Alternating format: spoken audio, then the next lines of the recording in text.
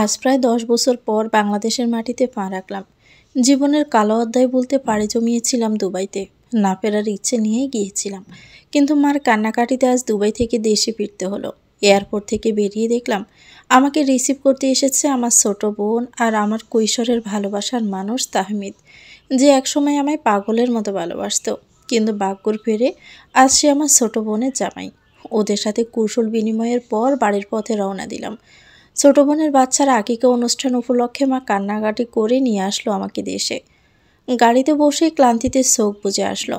ঘুম হলে ভালোই হতো, কিন্তু চোখ বুজতেই কালো অতীতটা আমার সামনে এসে দাঁড়ালো। চোখে ভেসে উঠল সেই সব দিনের কথা, যে দিনগুলো এক কিশোরীর থেকে কেড়ে নিয়েছিল আনন্দ, বানিয়ে দিয়েছিল হিংস্র, যে নিজ হাতে শেষ করে দিয়েছিল নিজের স্বামী এবং সন্তানকে। আমি মুনতাহা হুসাইন, বাবা মার বড় মেয়ে আমি। আমরা ৩ বোন। আমার চেয়ে মাত্র ১ বছরের ছোট সেজুতি। সে আমাকে এয়ারপোর্টে নিতে এসেছে। আর পরের বোনটা আমার থেকে বেশ ছোট। ওর নাম মাইমুনা। কয়দিন আগেই বিয়ে হয়েছে। ছোট থেকেই খুবই চঞ্চল ছিলাম আমি। ঘরে তো মোটেই থাকতাম না, সারাদিন ঘুরে বেড়াতাম বাহিরে বাহিরে। যখন আমার বয়স ১২ বছর, তখনই এক যুবকের পাগলামোর মোহে পড়ে গেলাম। কৌতূহল হতো প্রেমের প্রতি। তার পাগলামো দেখাতেই সীমাবদ্ধ থাকতাম, কারণ তার পাগলামিতে সাড়া দেওয়ার মতো অত সাহস আমার ছিল না। হাজারটা চিঠি পেতাম তার থেকে। বেশিরভাগ চিঠিতে লেখা থাকতো, তোমাকে আমার করে না পেলে আমি বাঁচতে পারবো না। সে মানুষটিই হলো তাহমিদ। এর মাঝে আমার দাদু খুব অসুস্থ হয়ে পড়ল। আর তার ইচ্ছে তার একমাত্র ছেলের ঘরে নাতিনের বিয়ে দেখে যাবে, না হলে সে মরেও শান্তি পাবে না। তখন আমার বয়স মাত্র ১৪ বছর। কিন্তু দাদি বাবার কাছে আবদার করে বসলো যে আমার বিয়ে তার পছন্দের ছেলে মাহবুবের সাথে দিতে হবে। আর সেটা খুব দ্রুত। কিছু বুঝে ওঠার আগে ১ সপ্তাহের মধ্যে বিয়ের ডেটও ঠিক করে ফেলল।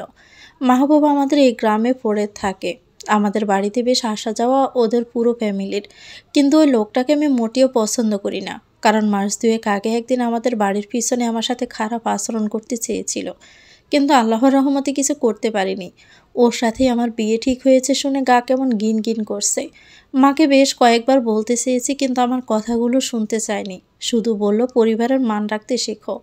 বাধ্য মেয়ের মতো সব মানতে থাকলাম। আর আশায় থাকলাম হয়তো তাহমিদ কিছু করবে। ও তো আমায় ছাড়া থাকতেই পারবে না। দেখতে দেখতে গায়ে হলুদের দিন এসে গেল। হলুদের অনুষ্ঠানে অন্যান্য আত্মীয় স্বজনের সাথে তাহমিদ ওর পুরো ফ্যামিলি ছিল। বারবার আমি তাহমিদের দিকে তাকাচ্ছিলাম, কিন্তু ও খুবই স্বাভাবিক ছিল। এরপরের আমার চোখের সামনে যা দেখলাম, তাতে যেন আমার নিঃশ্বাস আটকে যাচ্ছে মনে হচ্ছে। তাহমিদ মেহমানদের ভিড় পেরিয়ে আমার ছোট বোন সেজুতির পাশে গিয়ে তার হাতটা ধরে তাতে ছোট্ট করে চুমু দিল। আর আমার বোন তাতে কিছুই বলল না। এ কি, আমার সেই বোন, যে আমার সবচেয়ে ভালো বন্ধু, যে তাহমিদের সম্পর্কে সব জানতো। আমার চেয়ে ১ বছরের ছোট সেজতি। দুজন সারাদিন একসাথে থাকতাম। একজন আরেকজনের কাছে সব কথা শেয়ার করতাম। ২ শরীর তবে এক আত্মা, এমন সম্পর্ক আমাদের। আর আজ তার কাছে থেকে এমন ধোঁকা পেয়ে আমার দুনিয়াটা থমকে গেল। কাউকে কিছুই বলতে পারলাম না। মা বাবা আমার মতের বিরুদ্ধে বিয়ে দিচ্ছে। আপন বোন ধোঁকা দিল। এই দুনিয়ায় আমার আপন আদৌ কি কেউ আছে? এসব ঘোর কাটানোর আগে বিয়েটা হয়ে যায়। স্বাভাবিকভাবে সব মেনে নিলাম। ভাবলাম জীবন নদীর স্রোতের সাথে চলতে থাকি, দেখি মহান আল্লাহ তাআলা ভাগ্যে কী রেখেছেন। কিন্তু আমার এই চুপ থাকার কারণে আমি নিজের কপালে কি টেনে আনলাম তা বুঝতে আমার অনেকটাই সময় লেগে গিয়েছিল। যখন বুঝলাম, তখন স্রোতের বিপরীতে চলার মতো কোনো পথ আর আমার সামনে খোলা ছিল না। গাড়ি থামতে অতীত থেকে বর্তমানে ফিরে আসলাম। বাড়িতে পৌঁছে গেছি। গাড়ি থেকে নামতে আশেপাশে তাকিয়ে দেখলাম পাড়া-পড়শি আমার দিকে কেমন যেন ভয়ার্ত এবং তাচ্ছিল্যের দৃষ্টিতে তাকিয়ে আছে। কেনই বা তাকাবে না? তাদের সামনেই যে নিঃসন্তানকে আমি হত্যা করেছিলাম। সবার দৃষ্টি উপেক্ষা করে বাড়ির ভিতরে ঢুকে দেখি পুরো বাড়ি আত্মীয় স্বজনে ঠেসা। সে জ্যোতিকে জিজ্ঞেস করতেও বলল, আরে অনুষ্ঠান তো এই বাড়িতেই হচ্ছে, তাহমিদদের বাড়িটা রং করা না। আবার অনেক সেকেলে টাইপ, তাই এখানেই করছি। আমি আর কোনো কথা বাড়ালাম না। খুবই ক্লান্ত লাগছিল, তাই ঘরের দিকে যাচ্ছিলাম। আর তখনই মা ও বাবা ভিতর থেকে আসলেন। ১০ বছর পর বাড়িতে ফেরায় বাবা মাকে দেখে আমার যতটুকু ইমোশনাল হওয়ার কথা ছিল, আমি ততটা হলাম না। আমার ফ্যামিলি, তবে মাকে এতটা স্বাভাবিক দেখে অবাকই হলাম। কারণ গত ২ মাস ধরে যতবার ফোন দিয়েছি ততবারই মা কান্নাকাটি করে আমাকে বাংলাদেশে আসতে বলেছে। আমি তো ভেবেছিলাম অন্তত একবার বুকে টেনে নেবেন, কিন্তু মা স্বাভাবিকভাবেই বলল, যাও ঘরে গিয়ে বিশ্রাম নাও। আর গাড়ি থেকে বাকি ব্যাগ আনতে আমি কাউকে পাঠাচ্ছি। আর কোনো ব্যাগ নেই মা, এই একটাই ব্যাগ।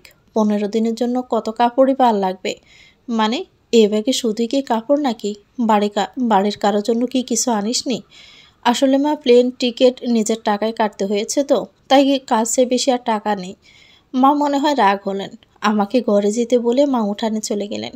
ঘরে গিয়ে নিজ মনে ভাবতে লাগলাম যে কেন আমি মাকে বলতে পারলাম না যে আমি প্রায় 75 কেজি জিনিস জাহাজে পাঠিয়ে দিয়েছি, যা 3-4 দিন পরেই আমাদের বাড়ির পাশের কুরিয়ার সার্ভিস অফিসে পৌঁছে যাবে, মায়ের অদ্ভুত ব্যবহারের কারণে। ফ্রেশ হয়ে খাওয়া দাওয়া সেরে বিশ্রাম নেওয়ার জন্য ঘরে আসলাম। তখন মাও ঘরে আসলেন। বললেন, একটা স্বর্ণের চেইন আনতে বলেছিলাম, আনতে পারছিস নাকি টাকা ছিল না? মায়ের কথার জবাব না দিয়ে চেইনটা বের করে মায়ের হাতে দিয়ে দিলাম। তুই সেজদির মেয়েকে কি দিবি? মানে মানে চেইন তো আমি দিব বলে আনিয়েছি। অনুষ্ঠান উপলক্ষে এসেছিস, তুই নিজে কিছু দেওয়ার জন্য কিছু নিয়ে আসবি না? মা, বাংলাদেশে এসে খরচ করার জন্য টাকা তো তোমার কাছেই পাঠিয়ে দিয়েছি। তুমি কিছু কিনে দিও। তোর কথাবার্তার কোনো মানে আমার বুঝে আসে না। একে তো খালি হাতে দেশে ফিরে এসেছিস, কারোর জন্য কিছুই আনিসনি। সামান্য কিছু গিফট তো আনতে পারতি। মানুষের ছেলেমেয়েরা বিদেশ থেকে কত কিছুই নিয়ে আসে, আর তুই কিনা তারাও টাকা খরচ করে পাঠায়, আমিও টাকা খরচ করে পাঠিয়েছিলাম। কপালটাই আমার খারাপ। মেয়ে দুবাইতে বড় হোটেলে বড় চাকরি করে, আর আমি টাকার কষ্টে শখ পূরণ করতে পারি না। বলি, বেতন তো আর কম পাস না, সব কি ওই দেশে খেয়েই উড়িয়ে দিস নাকি? মা, এসব কেমন কথা বলছো তুমি? নিজের খাওয়া খরচ রেখে বাকিটা তো তোমাদেরকেই পাঠিয়ে দেই, আর শখের কথা বলছো? তোমরা তো নিজেদের শখ পূরণ করতে আমাকে দুবাই পাঠাও নেই। আমি নিজের অতীত বলতে এদেশ ছেড়ে চলে গিয়েছিলাম। আর টাকার কথা, তুই কি টাকার খোঁটা দিচ্ছিস? মা, আমার কথার উল্টো অর্থ কেন তুমি বের করছো? হয়তো কটা টাকা কামাই করে এত বড় বড় কথা বলছো। তোমার বাবা নিজের জমি জমা বিক্রি করে তোমাকে বিদেশে পাঠিয়েছিল, তুমি সে কথা ভুলে যেও না। মা খুব রাগের সহিতে ঘর থেকে চলে গেলেন। অথচ যত টাকা খরচ করে তারা আমাকে দুবাই পাঠিয়েছিল, তার চেয়ে কয়েক গুণ বেশি টাকা আমি তাদের ফেরত দিয়েছি। এটা জানা সত্ত্বেও যে তারা কেন জমি বিক্রি করে আমাকে দুবাই পাঠায়নি, বরং আমার শ্বশুরবাড়ির সব আসবাবপত্র ও শাশুড়ির গহনা বিক্রির টাকা দিয়ে পাঠিয়েছে, যা আমি দুবাই যাওয়া 2-3 বছর পর জানতে পারি। মা ভেবেছে আমি এখনও কিছুই জানি না। দুনিয়ার সব বাবা মাই কি এমন হয়, নাকি শুধু আমার কপালটাই খারাপ?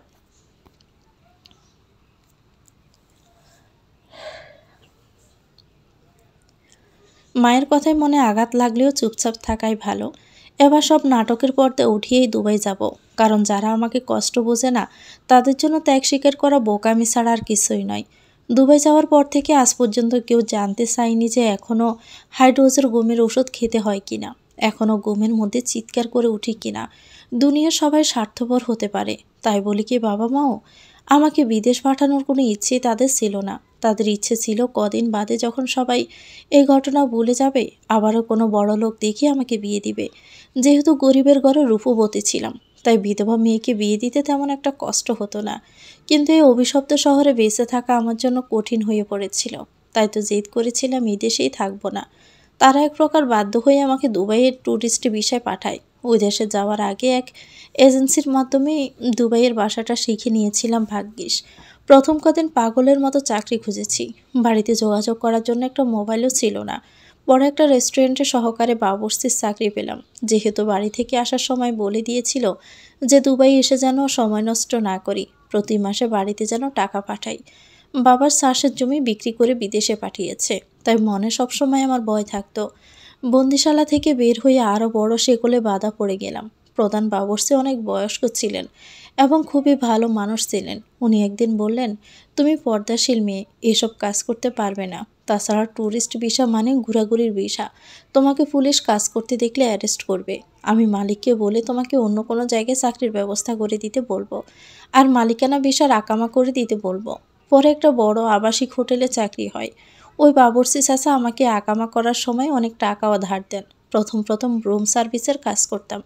পরে আল্লাহ তাআলার রহমতে মালিক আমার পর্দাশীলতা এবং ভালো ব্যবহার দেখে আস্তে আস্তে উচ্চ পদে প্রমোশন দেন, যাতে আমি পর্দার বিধান রক্ষা করে কাজ করতে পারি। পরে নিজের একটা মোবাইলও কিনি। আগে অন্যান্য কলিগদের ফোন থেকে 2-3 মিনিটের জন্য বাড়িতে ফোন দিতাম। এলাকার এক ভাইয়ের কাছে বাড়ির সবার জন্য মোবাইল পাঠাই, ইমো অ্যাপস চালু করি। ততদিনই বিদেশে আমার সময়কাল প্রায় 2.5 বছর। যদিও বাড়ির সবার সাথে খুব আহামরি কথা হতো না, আমি ভাবতাম হয়তো তারা ভিতরে ভিতরে অনুতপ্ত, তাই কথা কম বলে, কিন্তু আমি বলছিলাম। হঠাৎই মধ্যে একদিন আমার শ্বশুর বাড়ির পাশের বাড়ির কাকির নাম্বার থেকে ফোন আসে। কাকির মেয়ে ফোনটা করছিল। ও আমার চেয়ে বয়সে বেশ ছোট ছিল, কিন্তু খুব ভালো একটা সম্পর্ক ছিল আমাদের। অনেকক্ষণ কথাবার্তার পর হঠাৎ ও আমায় বলে বলে ওঠে, সেদিন তোমাদের গ্রামে গিয়েছিলাম, তোমার পরিবারের চেহারাই বদলে দিয়েছো তুমি। ঘরবাড়ির সব কিছুর মধ্যেই নতুনত্ব। বাবা আমায় তার ফসলি জমি বিক্রি করে বিদেশে পাঠিয়েছেন, তার বদলে এটুকু সুখ তাদের প্রাপ্য। কি, জমি বিক্রি করে তোমাকে বিদেশে পাঠিয়েছে? তোমার কি মাথা খারাপ হয়ে গেছে নাকি? তোমার শাশুড়ির গহনা আর বাড়ির সব আসবাবপত্র আমাদের সবার সামনে বিক্রি করেছে তোমার বাবা। তুমি তো ওই ঘটনার পর আর এই বাড়িতে আসোইনি, তাই তো তুমি কিছুই জানো না। আর কত ধোঁকা খেলে তোমার মাথায় বুদ্ধি হবে বলতে পারো? কিন্তু তারা যে প্রতিটা সময় বলে যে আমার জন্যই জমি খুইয়েছেন, মিথ্যে কথা বলেন। তুমি যেন তাদের উপর কোনো কথা বলতে না পারো, তাই তোমাকে কথার মাধ্যমেই দাবিয়ে রাখে। আমার বিশ্বাস হচ্ছে না। তুমি হয়তো ভুল জানো। তোমার ছেলের কাঠের যে বড় দোলনাটা ছিল, ওটা আমরা কিনেছি। তোমায় ছবি পাঠিয়ে দিব, তখন দেখো। এরপর বিশ্বাস করবে কি না করবে সেটা তোমার ইচ্ছে। আমার মাথা ঘুরে উঠল। ওকে পরে কথা বলবো বলে ফোনটা রেখে দিলাম। পরে একদিন বাড়িতে জিজ্ঞেস করতে মা রেগে গেলেন। অনেক কথা শোনালেন আর বললেন, যদি মানুষের কথা বেশি বিশ্বাস করি তাহলে আর আমাদের সাথে যোগাযোগ করার কোনো দরকার নেই। পরে আর কখনো এই বিষয়ে আর কোনো কথা বলিনি। তারা ছাড়া এই দুনিয়ায় তো আর আমার কেউ ছিল না, তাই সব মন থেকে ঝেড়ে ফেলে দেই আমি।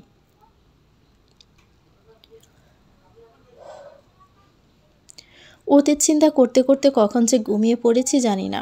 ছোট বোন মাইমুনার ডাকে সকালে ঘুম ভাঙে। ও এইমাত্রই শ্বশুরবাড়ি থেকে আসলো। ওর সাথে অনেকক্ষণ গল্প করার পর গোসল করে লং ড্রেসের সাথে হিজাব দিয়ে চেহারা ডেকে নিলাম, যাতে পরিপূর্ণ ইসলামী বিধান অনুযায়ী পর্দা রক্ষা করতে পারি। রুম থেকে বের হয়ে বোনদের সাজসজ্জা দেখে আমি তো মনে হয় আকাশ থেকে পড়লাম। আমরা সব বোনরাই মোটামুটি পর্দাশীল ছিলাম, হয়তো বিয়ের পর ওরা পর্দা করা ছেড়ে দিয়েছে। যাই হোক, সব ব্যাপারে এখন আর মাথা ঘামাতে ইচ্ছে করে না। কোরআন শরীফ তেলাওয়াতের আওয়াজ পাচ্ছি। এতিমখানার কিছু ছাত্র এনে কোরআন শরীফ খতম দেওয়াচ্ছে।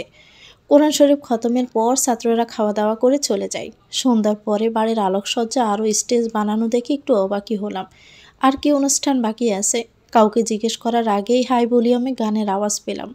তার একটু পরে দেখলাম নাচার জন্য মেয়েদের ভাড়া করে নিয়ে আসা হয়েছে। এই 10 বছরে আমার পরিবারের পরিবর্তন এসেছে জানতাম, কিন্তু এতটা অধপতন হয়েছে ভাবতেও পারিনি। মাকে জিজ্ঞেস করলাম, এসব কি? আকিকা মানে কি জানো? বাচ্চার নামে আল্লাহর রাস্তায় সদকা করা। একে তো যেসব আত্মীয় স্বজনদের খাওয়াইছ, তারা তোমার নাতি নাতনিদের জন্য দোয়া করবে কিনা সন্দেহ, তার উপর এসব নাচ গানের আয়োজন করছো। ছোট জামাই শখ করে ভাড়া করে এনেছে, কি করে মানা করি বল? এ কেমন মেয়ে জামাই তোমার, যার মহিলাদের অশ্লীল নাচ দেখতে শখ হয়? সে যদি বলল, দেখ, বেশি হুজুরগিরি দেখাস না, এটাই এখন ট্রেন্ড, তোর দেখতে ইচ্ছে না হলে ঘরে চলে যাও। ওর সাথে আর কোনো কথা বাড়াতে আমার ইচ্ছে হলো না, তাই তো ঘরে চলে এলাম। যত তাড়াতাড়ি সম্ভব এই রাতটা কেটে গেলেই হয়। বাকি দিনগুলো কিভাবে কাটবে আল্লাহই ভালো জানেন। সকালে ঘুম থেকে খুব ভোরে উঠে দেখি সারা রাত নাচ গান দেখে সবাই গমির গুবে আচ্ছন্ন। তাই ভাবলাম বাহির থেকে ঘুরে আসি, আমার পরিচিত শহরটা কতটা বদলে গেছে দেখে আসি। হাঁটতে হাঁটতে জামে মসজিদটার সামনে দাঁড়িয়ে পড়লাম। সবে বদলে গেলেও মসজিদটা আগের মতোই আছে।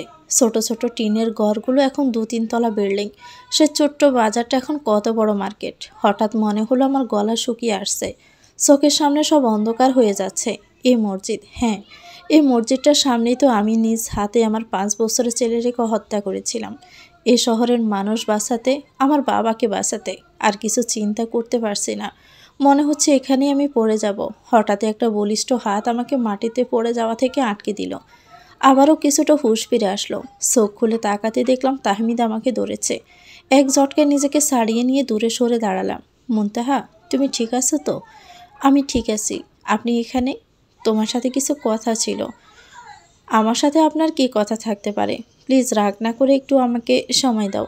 কিছু কড়া কথা শোনাতে চাচ্ছিলাম, কিন্তু তখনই মসজিদ থেকে কিছু মানুষ বাহিরে আসলেন। সবাই আমাদের গ্রামেরই, তাই চুপ হয়ে গেলাম।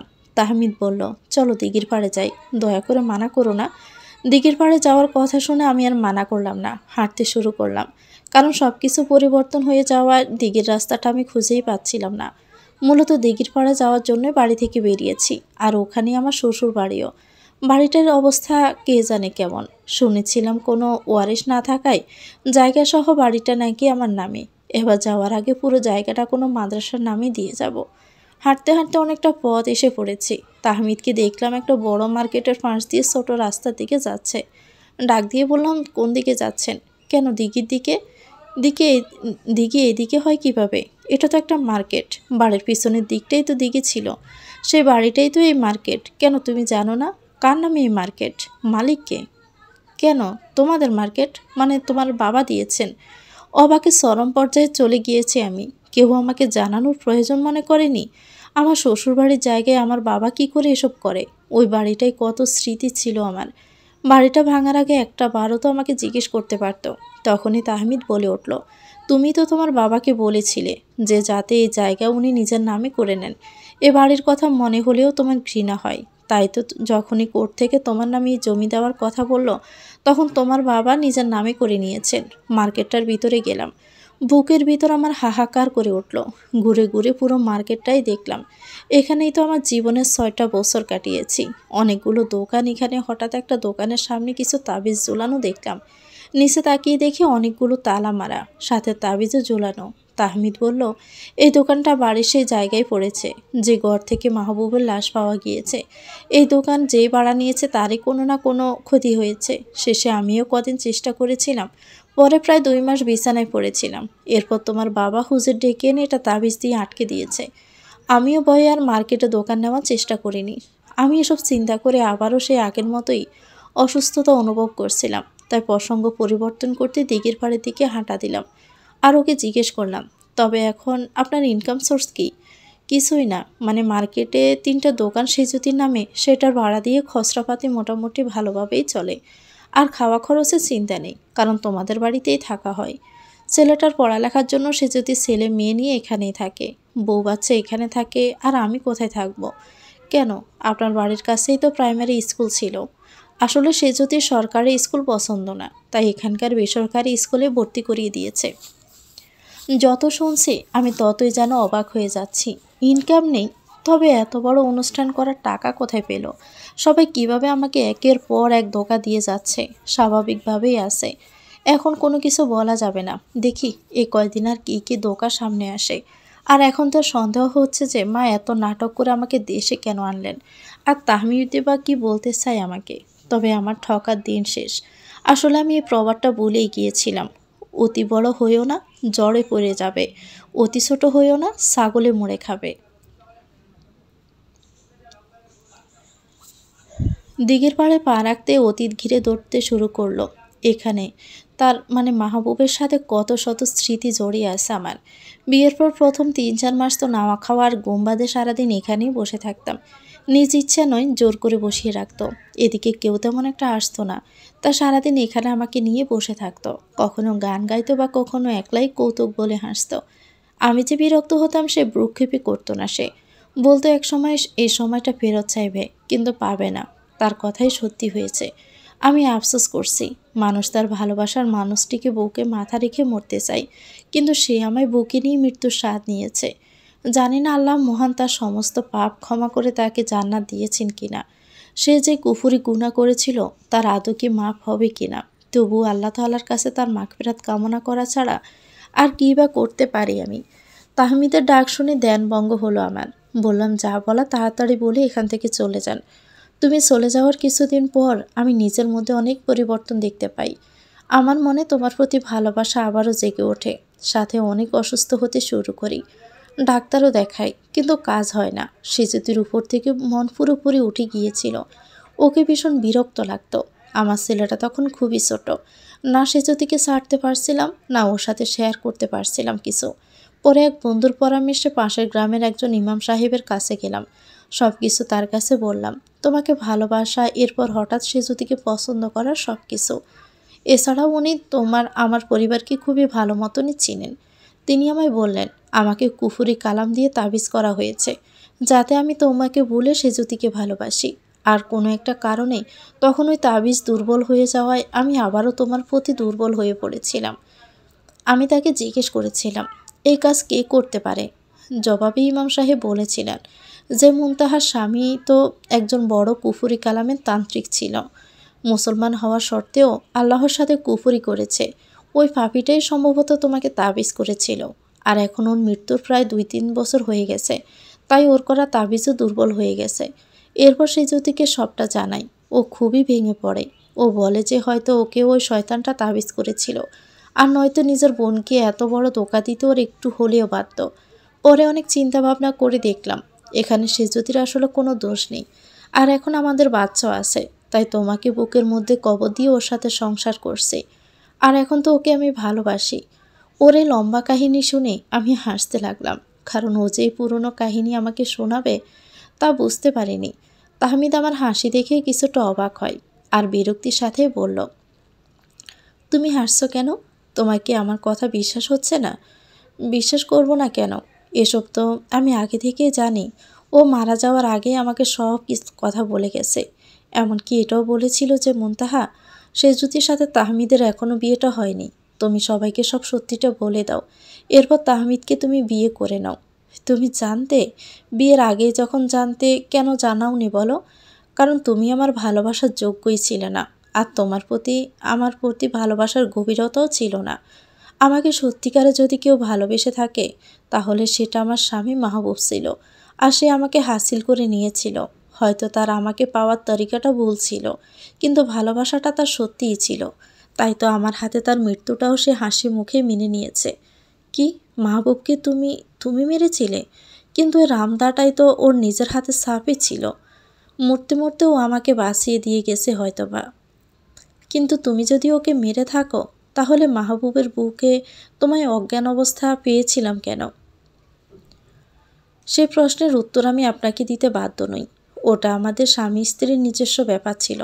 আর হ্যাঁ, আপনার প্রতি সামান্য কোনো দুর্বলতা আমার মধ্যে নেই। আর এখনও অনেক কিছুই আছে যা আপনার অজানা, যা জানলে পুরো পাশাটাই যেন উল্টে যাবে। আপনি এখন আসতে পারেন। কেউ আমার সাথে আপনাকে দেখলে বিপদ আপনারই হবে, কারণ আমি এই দেশে 2-3 দিনের মুসাফির। আপনি তো পার্মানেন্ট থাকবেন। তাহমিদ চলে যাওয়ার পর দিঘির পানির দিকে তাকাতে মনে হলো আমার পাশে মাহবুবের প্রতিবিম্ব দেখতে পাচ্ছি। বুকের ভিতরটা কেমন যেন কেঁপে উঠল। কেন আমার সাথে এমনটা হয়েছিল?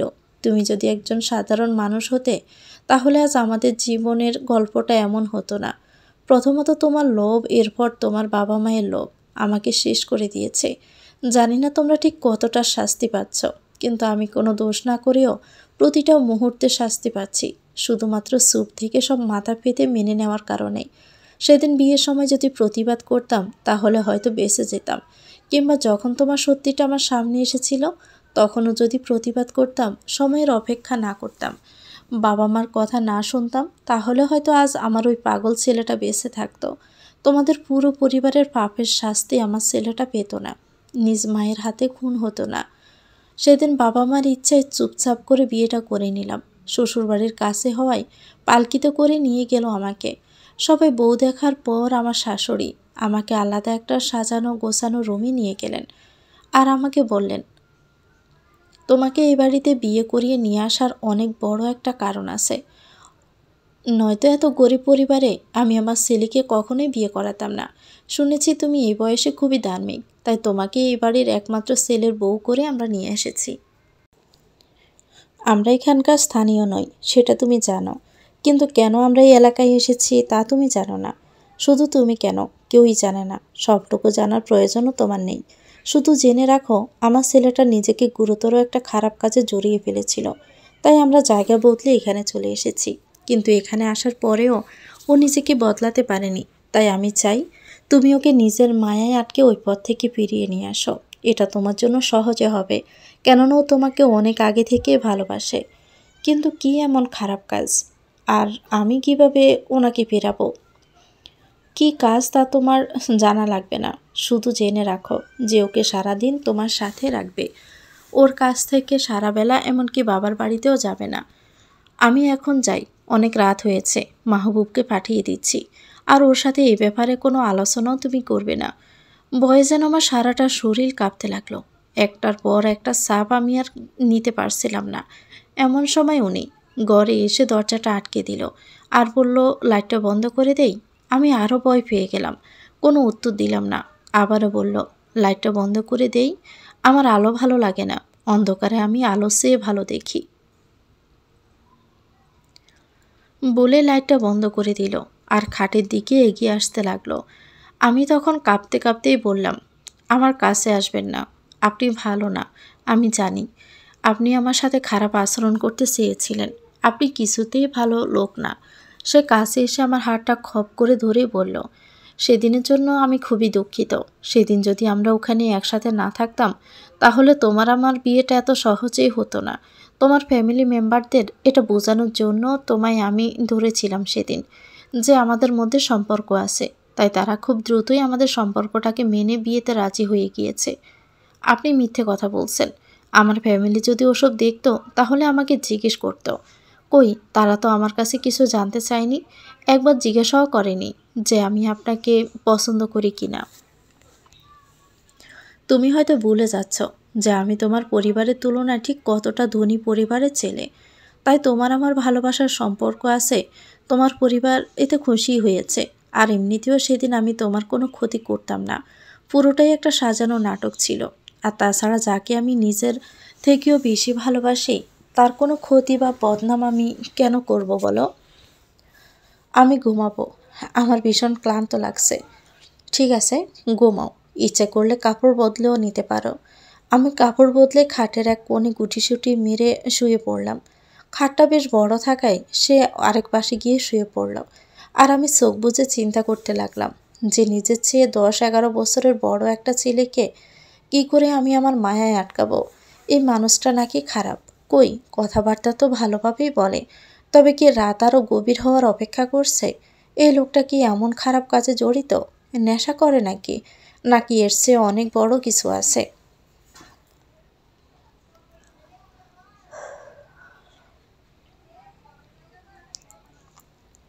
ঘুমের মধ্যে হঠাৎ মনে হলো আমার মুখের সামনে কেউ লাইট ধরে রাখছে, কিন্তু চোখ খুলতেই দেখলাম সব আগের মতোই অন্ধকার। ভয়ে আর ঘুমাতে পারলাম না, বাকি রাতটুকু জেগেই কাটিয়ে দিলাম। বোর হতে লাফ দিয়ে শোয়া থেকে উঠে গেলাম। উনি ঘুমিয়ে থাকায় খুব আস্তে করে বিছানা থেকে নেমে মাটিতে পা দেব ঠিক তখনই উনি একটানে আমাকে তার বুকের উপর নিয়ে নিলেন আর বললেন, আজ তোমায় ছাড় দিয়েছি, তোমার থেকে দূরত্ব বজায় রেখেছি বলে ভেবো না আমি খুব সাধু। আজ সারাদিন প্রিপারেশন নাও আমার বুকের মধ্যে লেপ্টে থাকার আর রোমান্টিক অত্যাচার ভোগ করার। যদি আপোষে ভালো না বাসো তবে আদায় করার পদ্ধতি কিন্তু আমি জানি, তখন কিন্তু আবার আমায় লুসু বলতে পারবে না। ছাড়ুন আমাকে। আমাকে ভয় পেয়ে নিজের হার্টবিট বাড়িয়ে কোনো লাভ নেই, কারণ আমি মানুষটা পুরাটাই এখন তোমার সম্পত্তি। বলে আমায় ছেড়ে দিলেন। আমি সিটকে দূরে সরে দাঁড়ালাম। ঘুরে বাথরুমের দিকে এগোতে যাব তখনই উনি বললেন, যেমনিভাবে আমি তোমার সম্পত্তি তেমনি তুমিও মাথা থেকে পা পর্যন্ত পুরোটাই আমার প্রপার্টি। তাই বয় ডর দূরে থাকা, মুখ পেঁচার মতো বানিয়ে রাখা চলবে না। আগের মতনই হাসি খুশি থাকতে হবে। আমার সেই প্রাণবন্ত মুনতাহাকে চাই। আমি দৌড়ে বাথরুমে চলে গেলাম। ফ্রেশ হয়ে ঘরে আসতে দেখলাম পুরো ঘরে পরিপাটিভাবে গুছানো। একটা ময়লা সিটে ফোটাও নেই, বরং মিষ্টি একটা সুবাসে সারা ঘর মোহমোহ করছে। মনটা এক মুহূর্তে ভালো হয়ে যায়। আজ বৌভাত, তাই গ্রামের এক ভাবি এসেছেন আমাকে সাজাতে। উনি নাকি খুব সুন্দর করে সাজাতে পারেন। আরও কয়েকজন মহিলারা এসে ঘরে ভিড় করে আছে। কেউ বলছে বউ তো বাড়ি ডকওয়ালা, কেউ আবার বলছে এই ডকটুকু ছিল দেখেই তো বড়লোক বাড়ি বিয়ে হয়েছে, না হলে জমিদারের মতন বাড়িতে গরিব মাইয়া বউ করে আনেনি। আরেকজনকে বলতে শুনলাম, আরে যত যাই কও না কেন, তোমার ওই পোলার ভিতর কোনো ঘাপলা আছে। ওই পোলারে দেখছো কোনোদিন আমগো গ্রামের একটা পোলার সাথে খেলাইতে? কারো সাথে ঘুরতে? ওর বয়সে একটা পোলারেও বাইন্দা তো ঘরে রাখতে পারবা না। কই পারবা কেউ? আর এই পোলা সপ্তাহে একদিনও ঘর থেকে বের হয় না। ওই মুহূর্তেই আমার এক শাশুড়ি ঘরে এসে বললেন, বউ দেখতে আসছো নাকি গিল্লা গাইতে আসছো? যাও যাও, অহন তোমরা যাও। আমার বউ অত মানুষ দেখার সম্মাইতাছে, আর এখন ওই খাইব, তোমাকে সামনেও খাইতে পারবে না। যেভাবে সাজাতে আসছিল ওনারে তাড়া দিয়ে বললেন, আমার পুতের বউ যথেষ্ট সুন্দর, অত কিছু গৈশো না মুখে। বাবিও খুব তাড়াতাড়ি সাজিয়ে বের হয়ে গেলেন। এরপর আম্মা আমাকে চোখ গরম করে জিজ্ঞেস করলেন, তুমি কি কাউরে কিছু জিজ্ঞেস? না আম্মা। তাহলে ওরা এত পেঁচাল পারলো কেন? শোনো, এবাড়ির বউ তুমি, এবাড়ির মানুষে যত কেউ খারাপ করলে উচিত জবাব দিয়ে দিবা। এত ভদ্র সাইজা থাকতে হবে না। থাকো তাহলে, আমি দেখি তোমাকে বাড়ির সবাই আসছে নাকি। একটু পরে আমার শাশুড়ি এসে আমাকে বাহিরে বড় একটা ঘরে নিয়ে বসিয়ে দিলেন। হাতে গোনা কয়েকজন মানুষ এসেছেন, তাও এই গ্রামেরই পাড়া প্রতিবেশী। ওনাদের কোনো আত্মীয় কি আসেননি?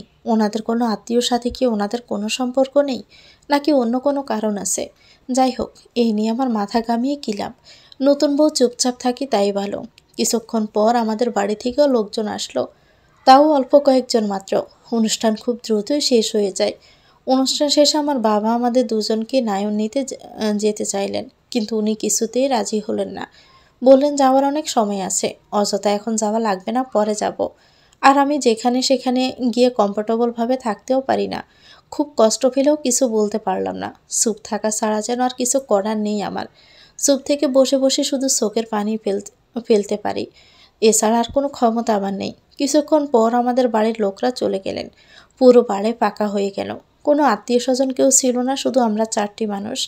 দিন ফুরিয়ে রাত হলো, সাথে আমার ভয়ও বাড়তে থাকলো। আমার শাশুড়ি আমাকে নিয়ে আবার আমার রুমে বসিয়ে দিলেন আর বললেন, এখন থেকে এই রুমের সম্পূর্ণ দায়িত্ব তোমার।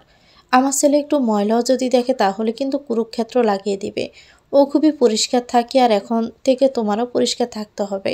একদম সাফভাবে থাকবে ঘরে, যতক্ষণ থাকবে গায়ে সুগন্ধি লাগাবে। সব আলমারির ভিতর সাজানো আছে, আর ওকে কিছুতেই অন্য কোথাও যেতে দিবে না। বারবার বলছি তোমায়, ওকে তোমার আসলে বাঁধো। আমার শাশুড়ি মা চলে যেতে উনি ঘরে আসলেন। ঘরে ঢুকে জিজ্ঞেস করলেন, সারাদিন কেমন প্রিপারেশন নিলেন? আজ কিন্তু আমায় হেসে দেখাতে হবে। আজকে কিন্তু আমি কিছুতেই নিজেকে কন্ট্রোল করতে পারবো না। আজ তুমি পুরোপুরিভাবে আমার হবে। ভয়ে আমার বুকটা কেঁপে উঠল। কিছু বুঝে ওঠার আগেই রুমের লাইট অফ করে সে বিছানায় এসে আমাকে ধরে ফেলল। বলল, আজ কোনো ছাড়াছাড়ি হবে না। আর স্বামীর পাশে থেকে মেয়েদের যে চিৎকার করতে নেই, ঘরের আওয়াজ বাহিরে যেতে নেই, তা তো তুমি জানোই। আমাকে কোনো উত্তর দেওয়ার সুযোগ না দিয়ে সে আমাকে তার নিজের করে নিল। আমার শত বাধা তার ভিতরে কোনো পরিবর্তনই আনলো না। অনেক রাত পর্যন্ত তার ভাষ্যমতে রোমান্টিক অত্যাচার যাকে বলে তা চলল। যদিও আমার মতের বিরুদ্ধে, কিন্তু এই যুগের মেয়েদের মত নেওয়াই বাকে। এভাবে তার রোমান্টিক অত্যাচারে 3 মাস কেটে গেল। আমি বাধা তাকে আরও বেশি আনন্দিত করত। হয়তোবা সে জোরপূর্বক ভালোবাসতে পছন্দ করে। এই 3 মাসে একবার আমায় বাবার বাড়ি যেতে দেওয়া হয়নি। যাওয়ার কথা বললেই 1000টা বাহানা দিত। এই 3 মাসে তার দেওয়া অনেক ভালোবাসা পেয়েছি, কিন্তু ওগুলো আমার কাছে ভালোবাসা মনে হয়নি, কারণ তার প্রতি ভালোবাসাটা এখন তৈরিও হয়নি। বেশি ভয় লাগতো। যখন তখন সে আমায় কাছে ডেকে বলতো, কাছে এসো, তোমাকে কিভাবে ভালোবাসতে হয় তা শিখিয়ে দেই। তাকে একদিন জিজ্ঞেস করলাম, আচ্ছা আপনি কি কাজ করেন? আমি কম্পিউটারে কাজ করি বিদেশিদের সাথে। কই কম্পিউটার? তোমার রুমের ঠিক পিছনের রুমটাই আমার, ওখানে আমি কাজ করি। ওই রুমে কেউ যায় না, কারণ আমার কাজের সময় বিরক্ত পছন্দ না।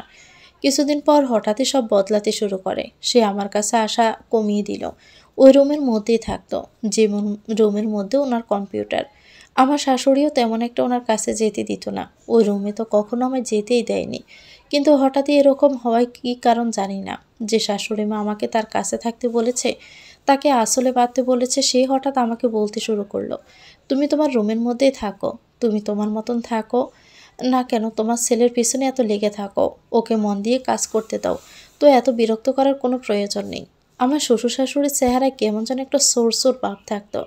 তেমন কথা বলতো না আমার সাথে, কোথাও যেতেও দিত না, এমনকি বাপের বাড়িও না। এর মাঝে আমি নিজের মধ্যে শারীরিক পরিবর্তন শুরু করি দেখতে। অনেক বেশি অসুস্থ হয়ে যাওয়ায় গ্রামের ডাক্তার আনা হয়। উনি দেখে বলেন আমি সন্তান সম্ভবা। এতে ওদের পরিবারের সবাই খুব একটা খুশি হলো না, কিন্তু আমায় কিছু বললও না। আর ওনারও কোনো পরিবর্তন দেখতে পেলাম না। যেমনভাবে সে তার দিন কাটাচ্ছিল সেভাবেই কাটতে থাকলো। কিন্তু আমার মনে আস্তে আস্তে সন্দেহের বাসা বাঁধতে শুরু করে। আসলে সে রুমের মধ্যে কি করে? আদৌ কি কম্পিউটারে কাজ করে নাকি অন্য কিছু? একদিন সুফিসারে বাহিরে গিয়েছিলাম। ওই রুমের দরজার সামনে দেখলাম অনেকগুলো জুতা, মহিলাদের জুতোও ছিল। দরজা পাক করে দেখতে যাব, তখন পিছন থেকে আমার শাশুড়ি থাবা দিয়ে ধরে ফেললেন। চুলের মুঠি ধরে ঘরের ভিতর নিয়ে গেলেন। বললেন, তোমাকে বাহিরে যেতে মানা করিনি? কেন ওই ঘরের সামনে গিয়ে উকি ঝুঁকি দিচ্ছ? তোমাকে ওই ঘরে যেতে মানা করিনি আমি? ওটা ওর কাজের ঘর, আর কখনো যেন ভুল না হয়। বলে আমার রুমে ধাক্কা দিয়ে ফেলে চলে গেলেন। ভাগ্যিস বিছানার উপর পড়েছিলাম। আজও মুখের উপর কিছু বলতে পারলাম না। আচ্ছা, কি হচ্ছে আমার জীবনে? এসবের কি কোনোই শেষ নেই? ওরা আমার থেকে লুকিয়ে কি এমন কাজ করে? কবে পাবো আমার মনের সব প্রশ্নের উত্তর? তো ভিউয়ার্স, গল্পটির নাম হচ্ছে অতীতের কালো অধ্যায়। এটা গল্পের প্রথম অংশ। পরবর্তী অংশ পেতে চ্যানেলটিকে সাবস্ক্রাইব করে আমাদের সাথে থাকবেন। আল্লাহ হাফেজ।